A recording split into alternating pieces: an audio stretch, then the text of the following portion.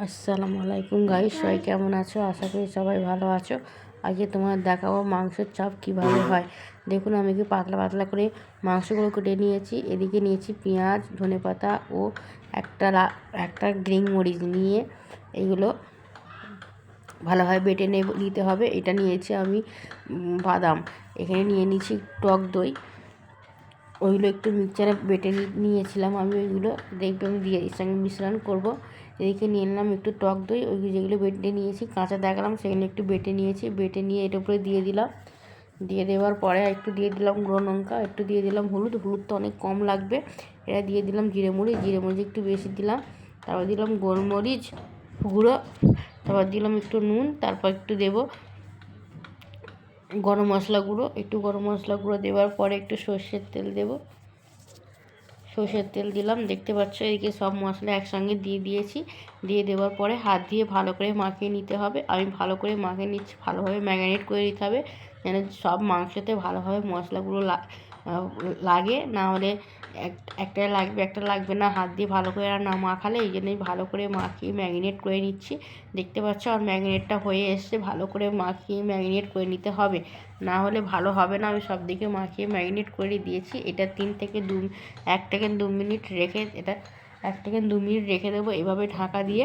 তোমরা বাড়িতে অবশ্যই একবার বানিয়ে দেখবে। রেখে দেওয়ার পরে আমি একটা প্রেসার কুকার নিয়ে নিয়েছি। প্রেসার কুকারে অবশ্যই সিটি দিয়ে দিয়েছি, কেন এই মাংসটা একটু হার্ড, সেই জন্য আমি দিয়ে দিলাম একটু প্রেসার কুকারে দিয়ে দেওয়ার পরে আমি এদিকে দেখতে পাচ্ছ আমি এক এক করে দিয়ে দিয়েছি। দিয়ে দেওয়ার পরে মাংসের একটু মশলাটা দিয়েছি প্রেসার কুকারে দিয়ে দিলাম। দিয়ে একটু জল দিয়ে দিলাম। দিয়ে দেওয়ার পরে ওটা আমি আবার ওদিকে কুকারের ঢাকনা মুড়ে গ্যাসে বসিয়ে দেবো। গ্যাসে বসিয়ে 2 থেকে 3টে সিটি দেবো। দেখতে পাচ্ছ যে গ্যাসে বসিয়ে দিয়েছি। বসিয়ে দেওয়ার পরে আমি 2 থেকে 3টে সিটি দিয়ে দেবো। অবশ্যই তোমরা সিটি দেখতে পাচ্ছ, সিটি দিয়ে দিলাম।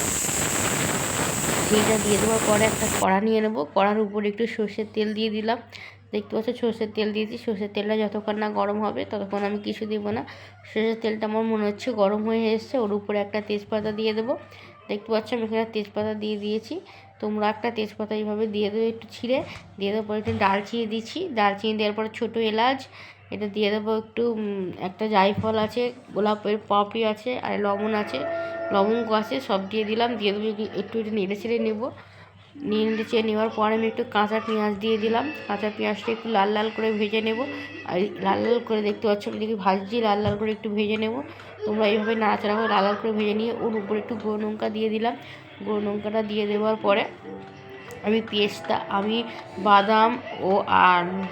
বাদাম মগজদানা সব কিছু বেটে রেখেছিলাম, ওটা দিয়ে দিলাম। তোমাদের মগজদানাটা দেখানো হয়নি, অবশ্যই তোমাদের পরে দেখিয়ে দেবো। এটা মগজদানা আর বাদাম বেটে রেখেছিলাম, সেই বাদাম আর মগজদানা বাটাটা দিয়ে দিলাম তেলের উপরে দিয়ে এভাবে কষতে হবে যতক্ষণ না তেলটা ছাড়ছে। এইভাবে কষতে হবে। তোমরা এইভাবে কষতে থাকবে যতক্ষণ না তেল ছাড়বে। এইভাবে কষে নিতে হবে, না হলে তলায় মশলা ধরে যাবে। এই জন্য বলছি এভাবে কষে নিতে হবে। কুকারে যে মাংসটা বসিয়েছিলাম মাংসটা হয়ে গিয়েছে। মাংসটা এর উপরে ঢেলে দিতে হবে। ঢেলে দিয়ে আস্তে আস্তে নাড়াচাড়া করতে হবে। অবশ্যই তোমরা আমার চ্যানেলটাকে সাবস্ক্রাইব করো, লাইক করো, শেয়ার করো। আমার রান্নাটা কেমন হচ্ছে তোমরা কমেন্ট করে বলতেও পারো যে দিদি ভালো হচ্ছে কি খারাপ হচ্ছে। তোমরা আমায় কিছু বলো, অবশ্যই তোমরা আমার চ্যানেলটাকে সাবস্ক্রাইব করো। আমি অনেক কষ্ট করে ভিডিও করছি। তোমরা যদি আমাকে সাবস্ক্রাইব বা লাইক না একটা কমেন্ট করো তাহলে আমার ভিডিও করার আগ্রহটাই কমে যাবে। অবশ্যই তোমরা আমার ভিডিওটা দেখে কিছু বলো, একটু সাবস্ক্রাইব করো, লাইক করো। দেখতে পাচ্ছ এদিকে একটু নাড়াচাড়া করে নিচ্ছি। এখনও পর্যন্ত আমার মাংস থেকে তেল ছাড়েনি, সেই জন্য আমি নাড়াচাড়া করে নিলাম একবার। এইভাবে নাড়াচাড়া করতে হবে, নাহলে মশলাটা ধরে যাবে। দেখতে পাচ্ছ এদিকে আমার মাংস থেকে তেল বেরিয়ে এসছে আর মাংসটা অবশ্য হয়ে এসছে। বেশি আর টাইম লাগবে না, খুব অল্প সময়ের মধ্যে তোমরা এই জিনিসটা ঘরে তৈরি করে নেবে।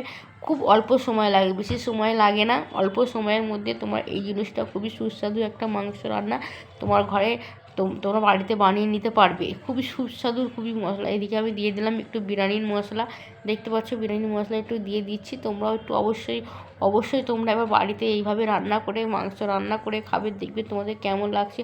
তোমরা খেয়ে আমাকে অবশ্যই জানাবে ভালো হয়েছে কি খারাপ হয়েছে।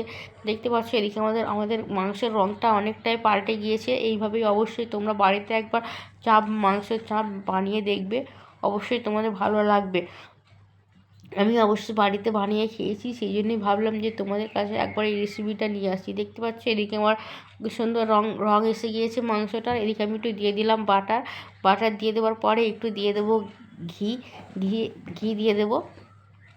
ঘি দিয়ে দেওয়ার পরে আবার একটু নাড়াচাড়া করে নেব। দেখতে পাচ্ছ আমি একটু ঘিটা দিয়ে দিলাম। দিয়ে দেওয়ার পরে একটু নাড়াচাড়া করে নেব, নাহলে তলায় মশলাটা ধরে নেবে। একটু নাড়াচাড়া, এই রান্নাটা একটু নাড়াচাড়া একটু বেশি করতে হয়, একটু নাড়াচাড়া বেশি ধরে নেবে তলায়, সেই জন্য একটু বেশি জোর আঁচ না, অল্প লো আঁচে একটু করতে হবে। বেশি লো না, অল্প মিডিয়াম আঁচে এই জিনিসটা রাঁধতে হয়। দেখতে পাচ্ছ আমার রান্নাটা হয়ে গিয়েছে, কি সুন্দর কালার এসছে, দেখতেই পাচ্ছ তোমরা। অবশ্যই তোমরা আবার বাড়িতে করে দেখবে। অবশ্যই তোমরা আমার চ্যানেলটাকে সাবস্ক্রাইব করবে, লাইক করবে, শেয়ার করবে। তোমাদের কাছে আমার এই একটাই রিকোয়েস্ট, তোমরা অবশ্যই আমার চ্যানেলটাকে সাবস্ক্রাইব করবো। দেখতে পাচ্ছ আমার রান্নাটা খুব সুন্দর রং হয়েছে, কি সুন্দর তেল বেরিয়েছে। তোমরাই অবশ্যই এটা একবার বাড়িতে রান্না করে দেখবে। খুদা হাফিজ, ভালো থেকো তোমরা, সুস্থ থেকো। আমার চ্যানেলটাকে অবশ্যই সাবস্ক্রাইব করো। Tata, bye bye. আমার আমার ব্লগে সবাইকে স্বাগতম। দেখতেই টাটা, বাই বাই, খুদা হাফিজ।